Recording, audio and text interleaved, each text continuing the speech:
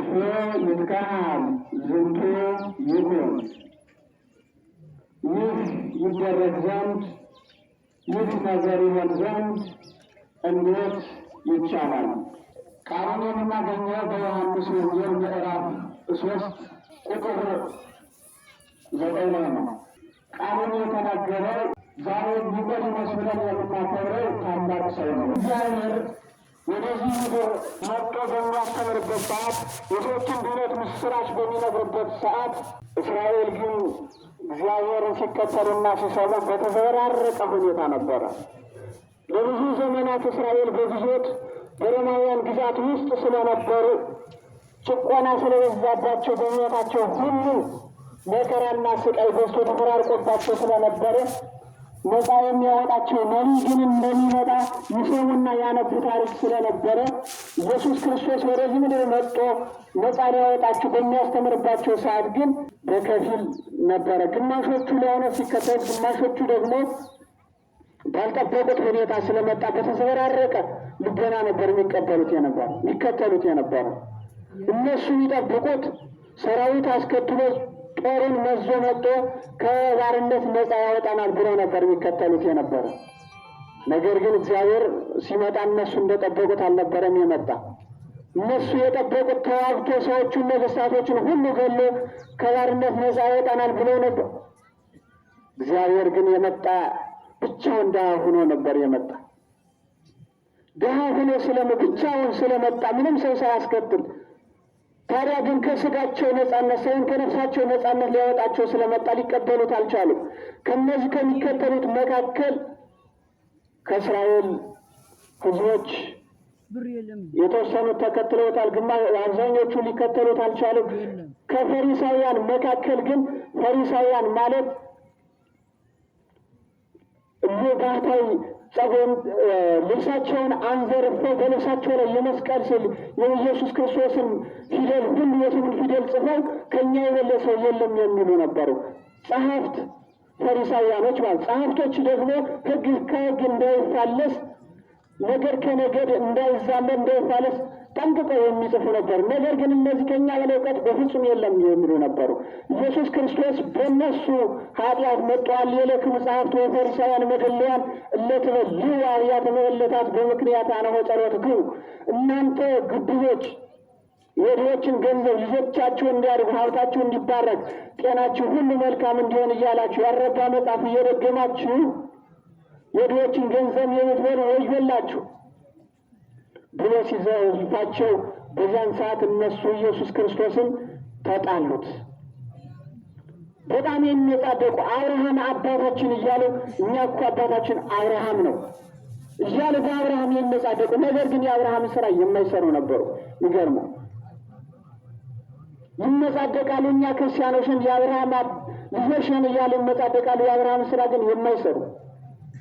ዛሬ ብዙ ሰው ክርስቲያን ያደረገ እግዚአብሔር የተመሰገነ ይሁን ይላሉ። የክርስትናን ስራ ሲሰሩ አታዩአቸው። ለማኛው ቀማኛው ሰው ገዳይ ሁሉ እግዚአብሔር ይመስገን ክርስቲያን ነው ይላል። ክርስቲያን መባሎች አያጸድቅም ወገኖች። ለዚህ ነው የሰደባቸው። እናንተ አዋቂ ነን የምትሉ ነገር ግን የማታውቁ፣ እናንተ ጻድቅ ነን የምትሉ ነገር ግን ያልጸደቃችሁ፣ እናንተ ትክክለኛ ነን የምትሉ ነገር ግን ሐሰተኞች ተጠንቀቁ፣ ማት በእናንተ ላይ ተቃጣለች ባላችሁ ሰዓት እግዚአብሔርን ጠሉት። ከነዚህ መካከል ግን የአይሁድ ባለሹም የነበረው የሚገርማችሁ ፈሪሳዊው ኒቆዲሞስ ይህንን ሲናገር ይህ ሰው ትክክል ሳይሆን አይቀርም አለ። መረመረ። የሚገርማችሁ እንግዲህ በጣም ባለሀብት ነው። በእነሱ ጊዜ የሚሾመው እንደዚህ አይነት ሰው የሚሾመው ነገድ ከነገድ እንዳይፋለስ፣ ዘር ከዘር እንዳይፋለስ የሚሾመው በጣም ባለሀብትና አዋቂ ሰው ነው። የኦሪትን መጻሕፍት ጠንቅቆ የሚተረጉምና የሚያውቅ ሰው ነበር ኒቆዲሞስ። ደግሞ በሀብቱም በጣም ባለሀብት ነው የነበረ። ምክንያቱም በጉቦ ምክንያት የሰዎችን ገንዘብ ወደዎችን እንዳይበላ በእነሱ ሰዓት በዚያን ጊዜ በጣም ባለሀብት ነው የሚሾም ነበር እና ባለሀብት ነው። እውቀትም የኦሪት ምሁር ነው። ምንም ቀረኝ የማይል ሰው ነበር። ነገር ግን ኢየሱስ ክርስቶስ መጥቶ ሲያስተምር የኢየሱስ ክርስቶስ ትምህርት ልቦናው ነካው። ይገርማል። ከዚያ ጠጋ አለ። ወደ ኢየሱስ ክርስቶስ ተጠግቶ መማር ጀመረ። ሌሎች ሲሰሩት እንደውም ስለ ኢየሱስ ክርስቶስ ዋሊ ቆመ። የሚገርማቸው ይህ ሰው ትክክል ሳይሆን አይቀርምና መረመረ። ከዚያ ኢየሱስ ክርስቶስ ቀኑን ሲያስተምር ሕሙማነ ሥጋን በተአምራት ሕሙማነ ነፍስን በትምህርት በሚፈውስበት ሰዓት እሱም ነገር ከነገር እንዳይፋለስ ጠንቅቆ ይጽፍና ያስተምር ስለነበረ የአይሁድን ሕዝቦች ያስተዳድር ስለነበረ ቀን ሊመቸው አልቻለም። ከዚያም በኋላ ግን ይህ ሰው ወደ ኢየሱስ ክርስቶስ ያለው አማራጭ ሌት መገስገስ ነበረ። እናም ሌት ገስግሶ ወደ ኢየሱስ ክርስቶስ ሄዶ ማዳመጥ ጀመረ። ከእግሩ ስር ቁጭ ብሎ ከዛ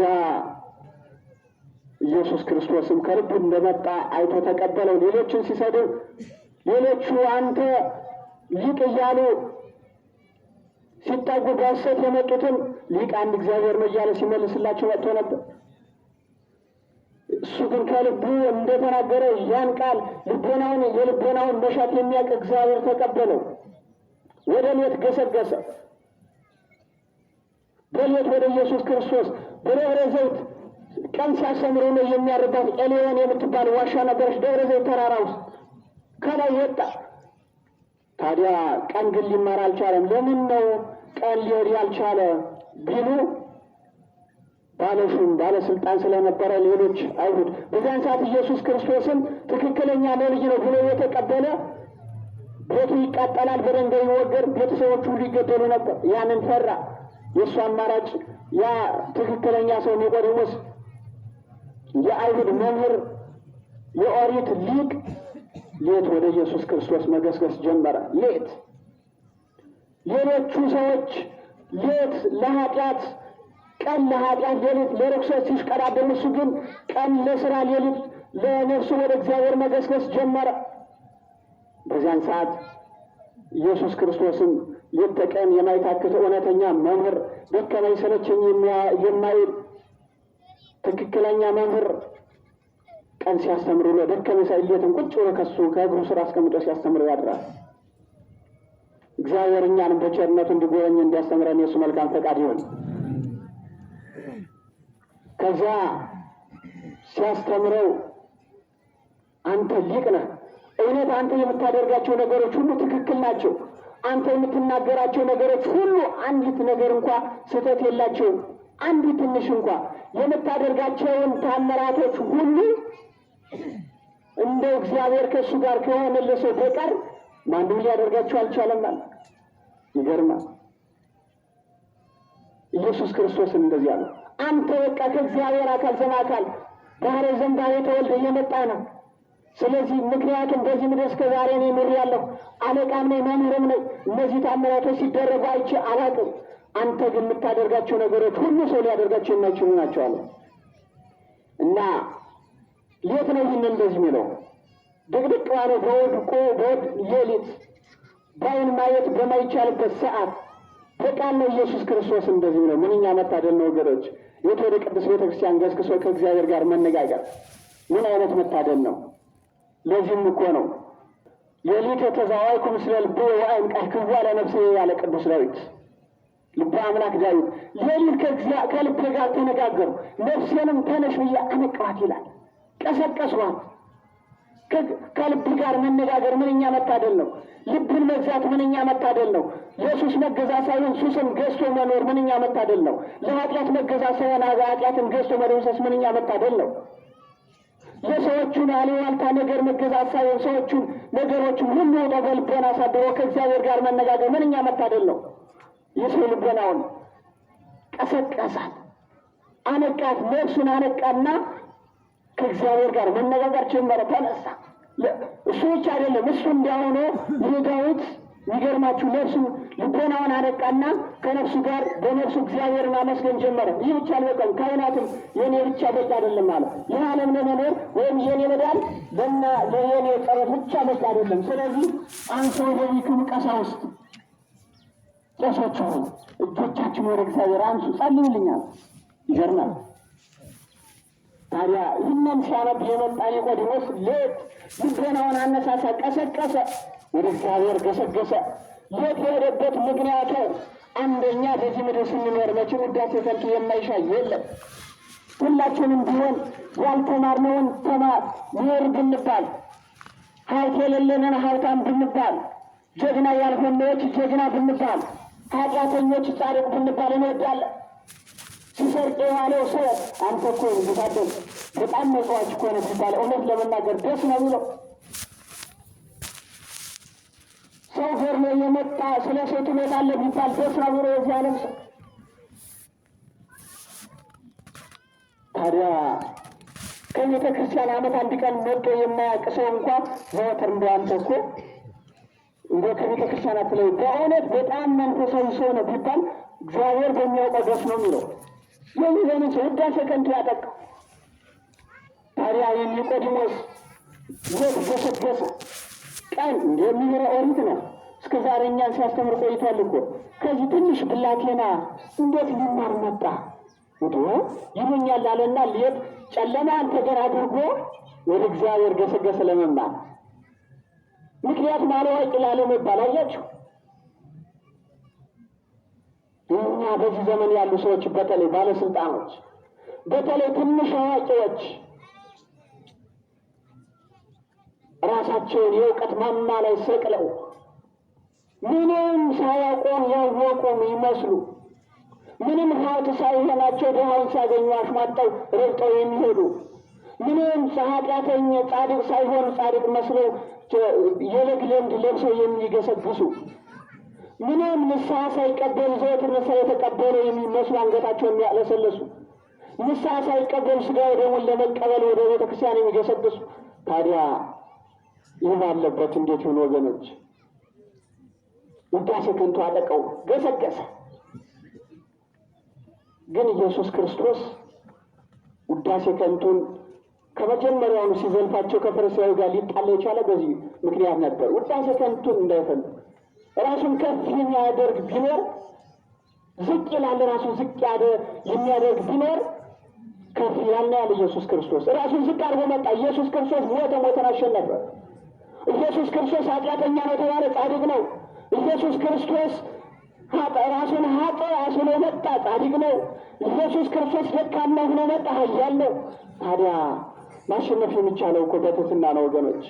ወዘሳ ስለ በትዕግሥቱ ወይቶ ይደን እስከ መጨረሻው የታገሰ እሱ ይድናል ነው ያለ ኢየሱስ ክርስቶስ። አሁን ዛሬ 2 ሰንበት የተመለከትነው ያ ድሃው 38 ዘመን ሰዎች ሁሉ ጥለውት የሸሹ ቤተሰቦች ሁሉ የራቁት እስከ 38 ዘመን እግዚአብሔርን እያመሰገነ ቢኖር እግዚአብሔር አልጋውን ተሸክሞ እንዲሄድ ያደረገው ያ ቤተሰቦቹ ሁሉ ያለቁበት ዘመዶቹ ሁሉ ጥለውት የሸሹ ገንዘቦቹ ሁሉ በአንድ ቀን ሌሊት እስከ ልጆቹ እንደ ቅጠል የረገፉበት እግዚአብሔር እንዲያመሰግን በአንድ ቀን የተፈወሰ።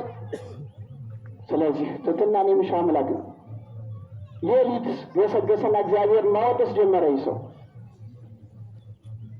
ምክንያቱም አሁን በእነሱ ዘንድ እዚህ ብላቴና የትንሽ ብላቴና እንዴት የኛ እኮ አለቃችን ነው፣ መምህር ነው፣ ሕግ አዋቂ ነው፣ እንዴት ከዚህ ትንሽ ብላቴና ሊማር ይችላል ይሉኛል ብሎ ወገኖች መባልን ሳይሆን መሆንን እንፍራ። ከቃሉ ጋር ናችሁ። እግዚአብሔር ከሁላችን ጋር ይሁን። መባልን ሳይሆን ወገኖች መሆንን ነው መፍራት። መሆንን ጻድቅ መባል ሳይሆን ጻድቅ ሆኖ መገኘት፣ ታማኝ ነው መባልን ሳይሆን ታማኝ ሆኖ መገኘት፣ እውነተኛ ነው መባልን ሳይሆን እውነተኛ ሆኖ መገኘት፣ ቆራቢ ነው መባልን ሳይሆን ቆራቢ ሆኖ መገኘት፣ አስታራቂ ነው መባል ሳይሆን አስታራቂ መሆን፣ በአንድ ሴት ተወስኖ ይኖራል መባልን ሳይሆን ተወስኖ መኖር። ወገኖች እግዚአብሔር የሚሻው ይህንን ብቻ ነው፣ ይህንን ብቻ ነው። ታዲያ ሁለተኛ በጨለማ የሄደው ይህ ሰው ብልህ ነበረ። ጨለማ የኃጢአት ምሳሌ ነው ወገኖች። ጨለማ የምን ምሳሌ ያልኳችሁ? የምን ምሳሌ ነው? የኃጢአት ምሳሌ ነው ጨለማ። እነዚህ እኮ ነው ቅዱስ ጳውሎስ እስከ ዛሬ በግላ ኦሪት ነበሩ፣ በጨለማ ውስጥ ነበሩ። ነገር ግን አሁን ግን እውነተኛው ብርሃን ኢየሱስ ክርስቶስ በራልኝ አለ ቅዱስ ጳውሎስ። እውነተኛው ኢየሱስ ክርስቶስ እንዲበራልን ቤታችን ሁሉ አይምራችን ሁሉ ብሩህ እንዲሆን የእሱ መልካም ፈቃድ ይሆን። ታዲያ ይሄ ኒቆዲሞስ እስከ ዛሬ በኦሪት በጨለማ ውስጥ እንደነበር ሲገባው በሌሊት ወደ ኢየሱስ ክርስቶስ ገሰገሰ። ምክንያቱም ብዙን ጊዜ ታምራትን ያደረገ ኢየሱስ ክርስቶስ በሌሊት ነው። በሌሊት ስለሆነ ምስጢረ ምጽአትን የሚገልጽ በደብረ በዚያ ታላቅ ተራራ አሁን በምጠራላችሁ ምስጢሩን የገለጠበት ወይም የሚገልጥበት ሦስቱን ደቀ መዝሙር ይዞ የገለጠበት ወይም አሁን ዕለተ ምጽአት የሚመጣበት ተራራ ማን ይባላል? ክርስቲያኖች ማን ይባላል? ደብረ ዘይት በሉ እንጂ። በሌሊት ነበር ደብረ ዘይት። እነዚያን ደቀ መዛሙርት ይዞ ታምሩን መለኮቱን የገለጸበት በሌሊት ነው። አሁን ዳግም ምጽአት የሚመጣ በሌሊት ነው። ኢየሱስ ክርስቶስ የተወለደ በሌሊት ነው። የተጠመቀም በሌሊት ነው። እዚህ ተገለጸለትና ኒቆዲሞስ በሌሊት ወደ ኢየሱስ ክርስቶስ ገሰገሰ። በኦሪት ነበሩ፣ በጨለማ ውስጥ ነበሩ። አሁን ግን ወደ እውነተኛው ብርሃን ወደ ኢየሱስ ክርስቶስ መሄድ አለብኝ አለ። እስከ ዛሬ የነበረበት እውቀት ኢምንት እንደነበር የነበረበት ስልጣን ሁሉ ከንቱ እንደሆነ እንዳለፈ ተረዳ። ስለዚህ ወደ እውነተኛው የሰዎችን ሹመት ተወና ወደዚያ ገሰገሰ። ከሰሙ ይስሙ፣ ካልሰሙ እሰየ፣ ነገር ግን ሌት ከእሱ መማር አለብኝ አለና ገሰገሰ። ታዲያ ወደ ጨለማ ሳይሆን ወደ ጨለማ ሳይሆን ወደ ብርሃን ነበር የሄደ። መንገዱ ሁሉ ብርሃን ሆነለት፣ ተገለጠለት። ሶስተኛ ጨለማ። በጨለማ የሄደበት ምክንያት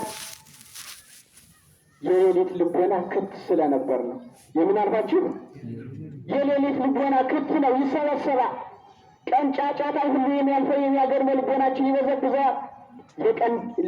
የሌት ድምፅና የቀን ድምፅ አንድ አይደለም ወገኖች። የቀን ሌት እዛ ባይማዶ እዛ ማዶ ድምፅ እንሰማ ይሰማናል ሌት ከሆነ። ምክንያቱም ብርሃኑ አይበዘብዘውም፣ የመኪና የተለያየ ድምፆች አይበዘብዙትም። ሌት ግን ከወዲያ ያለው ይሰማል። ሁለተኛ በዓይኑ የሚያየው ነገር ስለሌለ ልቦና ሁሉ ክት ይሆናል። ዛሬ ለዚህም እኮ ነው በቅዱስ ቤተክርስቲያን መምህራን ሌት ጉባኤ ዘርግተው ተማሪዎችን የሚያስተምሩ የሌሊት ልቦና ክት ስለሆነ። ለዚያም እኮ ነው ቅዱስ ቤተክርስቲያን ሰዓታቱን፣ ኪዳኑን፣ ማህሌቱን ሌት የምታደርገው የሌት ልቦና ክት ስለሆነ። ቅዳሴውን ቀን አድርጋ ሌት ግን ሰዓታቱን፣ ማህሌቱን የምታደርግ የሌት ልቦና ክት ስለሆነ፣ የሌሊት ልቦና የተሰበሰበ ስለሆነ ማንም ስለማያየው። ስለዚህ ልቦናውን ክት አድርጎ ሌት በወል የአምስት ገበያ ታህል ህዝብ ይከተለዋል ቀን በሄድ ወደ ኢየሱስ ክርስቶስ። ስለዚህ ሌት የኔም ልቦና ቀን ወደ ስራዬ ሲባዝን ነው የሚሄድ። ከእሱ ጋር ሆኜ ግማሽ ልቦናዬ ሌላ ቦታ ነው የሚሄደው። ስለዚህ ከእሱ ጋር ሌት መማር አለብኝ ያለና የሌሊቱ ተማሪ ገሰገሰ ወደ ሌት በሌት ገሰገሰ ወደ ኢየሱስ ክርስቶስ። ታዲያ ግን ለኒቆዲሞስ ሌት አልነበረ። እግዚአብሔር ወደ እሱ ስንገሰግስ ብርሃኑን እንደሚያበራልን ታውቃላችሁ። ለዚያም እኮ ነው ዛሬ ጸሎት ጀምረን ውዳሴ ማርያም ገና አትብ ገጽ ብለን ውዳሴ ማርያም ዘልቀን የምንገኝ ልቦናችን ቀን ጸሎት ወይም ጠዋት ስለምናደርግ እኮ ነው። የማህበር ጸሎት ጀምረን ጸሎቱ ሲጀመር ልቦናችን አለ፣ ሲያልቅ የለን እንደምን ጊዜ አለቀ ብለን የምንጠይቅ አሁን ብለን በሰላም ቅዱስ ገብርኤልን ጨርሰን ብንን የምንል የለን።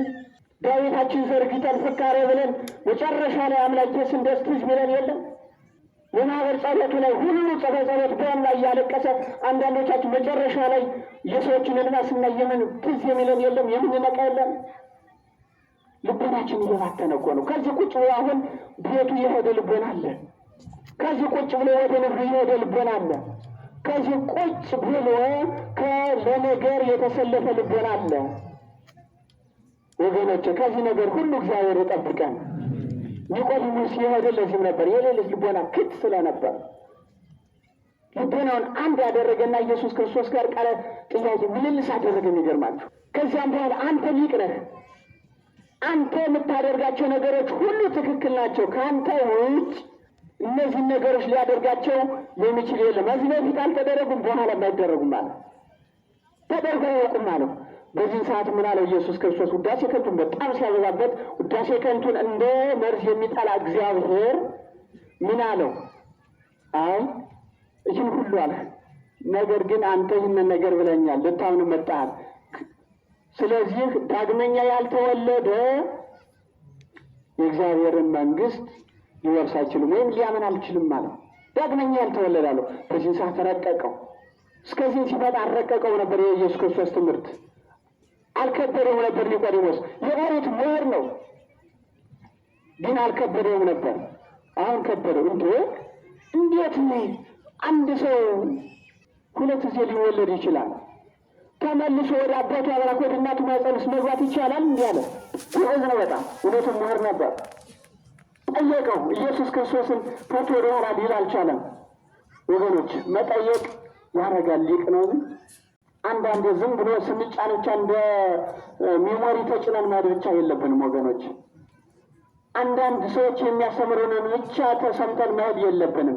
ትክክለኛው የት ነው ብለን ፍጥጥ አድርገን ይዘን መጠየቅ አለብን። ለዚህም እኮ ነው ዛሬ ብዙ እምነቶች የተመሰረቱት ዝም ብሎ እንደ ጫናቸው ብቻ እንደ ሚሞሪ ስለሚጫኑ።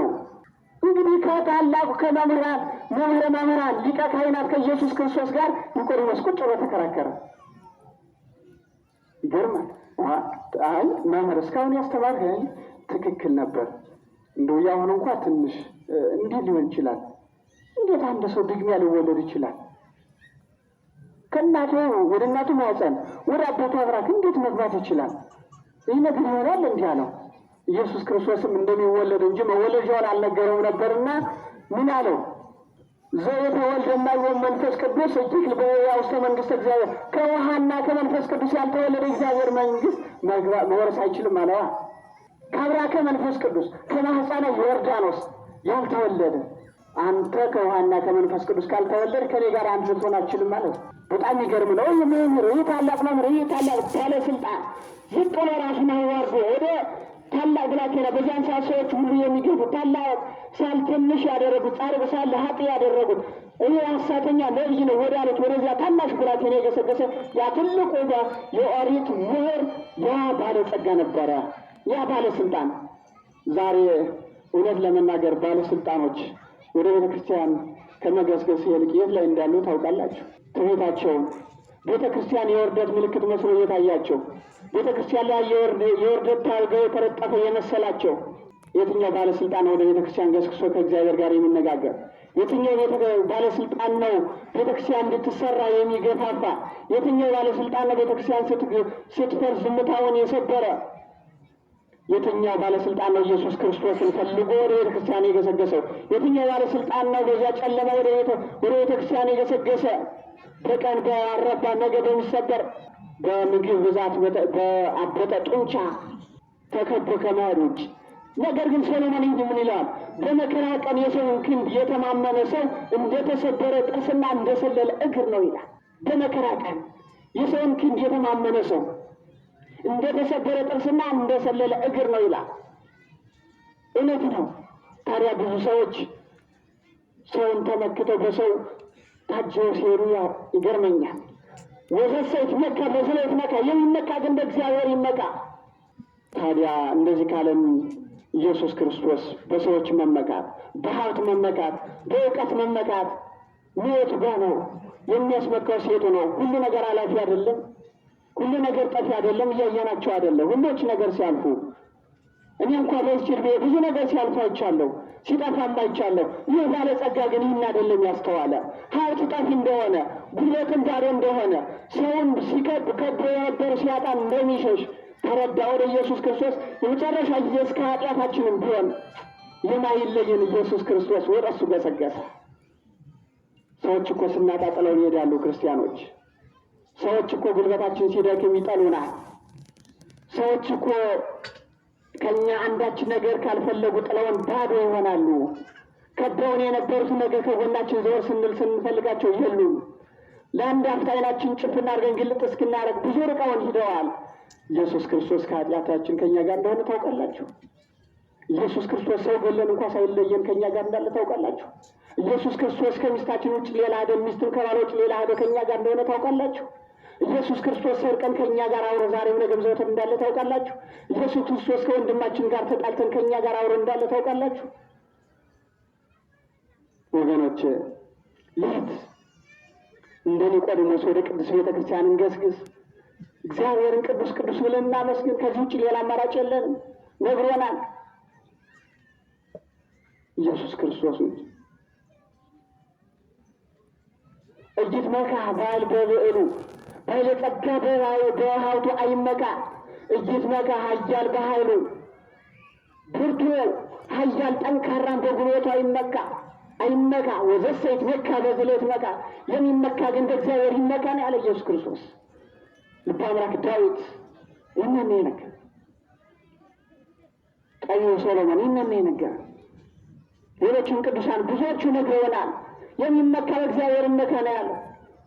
ታዲያ አንድ ሙያ ሁለት ሙያ ይዞ እንደው ከሱ በላይ ውጭ ሰው ያለ የማይመስለው በሀብቱ ድሃን የፈጠረ የሚመስለው የትዕቢት ማማ ላይ ወጦ ሰዎችን አሽሟጦ የሚያይ ስንቶች አለ መሰላችሁ? ጎበዝ ከእግዚአብሔር ጋር እንድንሄድ የእግዚአብሔር መልካም ፈቃድ ይሆን።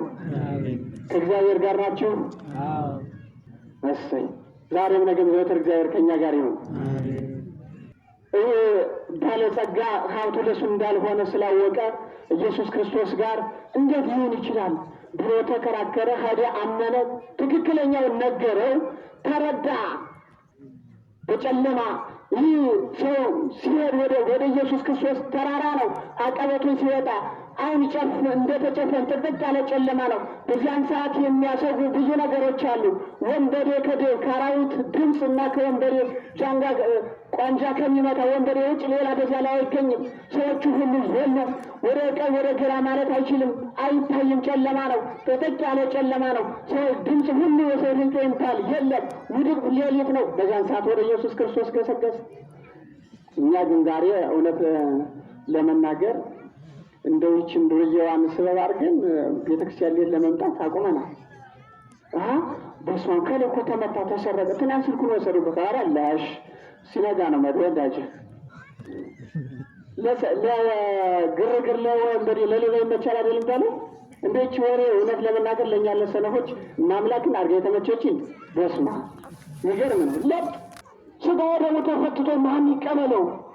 ቅዳሴው ሰዓታት ኪዳኑ በአማርኛ እየተነበበ መጻሕፍት የገድላት ሁሉ ማን ይስማቸው? ቤተክርስቲያን ባዶዋን ኢትፍርሁ ብለን የቀትሉ ስጋክሙ ወደ ነፍስክሙ ሰጅክሙ ቃትሎታ፣ ስጋችሁን የሚገላችሁን አትፍሩ፣ ነፍሳችሁን መግደላችሁንምና የነፍስ ባለቤት ኢየሱስ ክርስቶስ ነዋ። ከብታችሁን የሰሩት የሕይወት ባለቤት ማን ነው? ኢየሱስ ክርስቶስ ነዋ። አሁን እኛ እኮ እግዚአብሔር ሲፈጥረን ብዙ ነገሮች እናጎላለን፣ ብዙ ነገሮች እናጠፋለን። እግዚአብሔር አይምሮ ሰጥቶ ነው የፈጠረን። በኃጢአት እንለቅሳለን፣ እንቀደሰን፣ ንስሐ እንድንገባ አይምሮ ሰጥቶናል። እንራባለን፣ የምንበላበትን የምንጠጣበትን አይምሮ ሰጥቶናል። እንወድቃለን፣ የምንነሳበትን ጉልበት ሰጥቶናል። እንቀደሳለን፣ እንወድቃለን፣ የምንቀደስበትን አይምሮ ሰጥቶናል። እንራቆታለን፣ ሰርተን የምንለብስበትን አይምሮ ሰጥቶናል። የሚያደረገ እግዚአብሔር እያመሰገን ዘወትር ወደ ቅዱስ ቤተክርስቲያን ወደ ቅዱስ ቤተክርስቲያን እንድንገሰግስ የእግዚአብሔር መልካም ፈቃድ ይሁን። ይህ ሰው በጨለማ ምንም በወዶቱ ሌሊት ገሰገሰ። ዛሬ ወገኖች ትዳርህ ጨለማ የሆነብህ ትኖራለህ። ትዳርህ ጨለማ የሆነብሽ ትኖሪያለሽ። ሀሳቡ ነገሮች ሁሉ ተዘበራርቀውባችሁ አያውቅም። ሁሉ ነገር ጨለማ ሆኖባችሁ ከአንታችሁ ሁሉ ዱር ገደል ገብቶ ሀሳባችሁ ሁሉ ተምታቶ በሰውነታችሁ ላይ ሁሉ ጤና ርቋችሁ ታውቃላችሁ።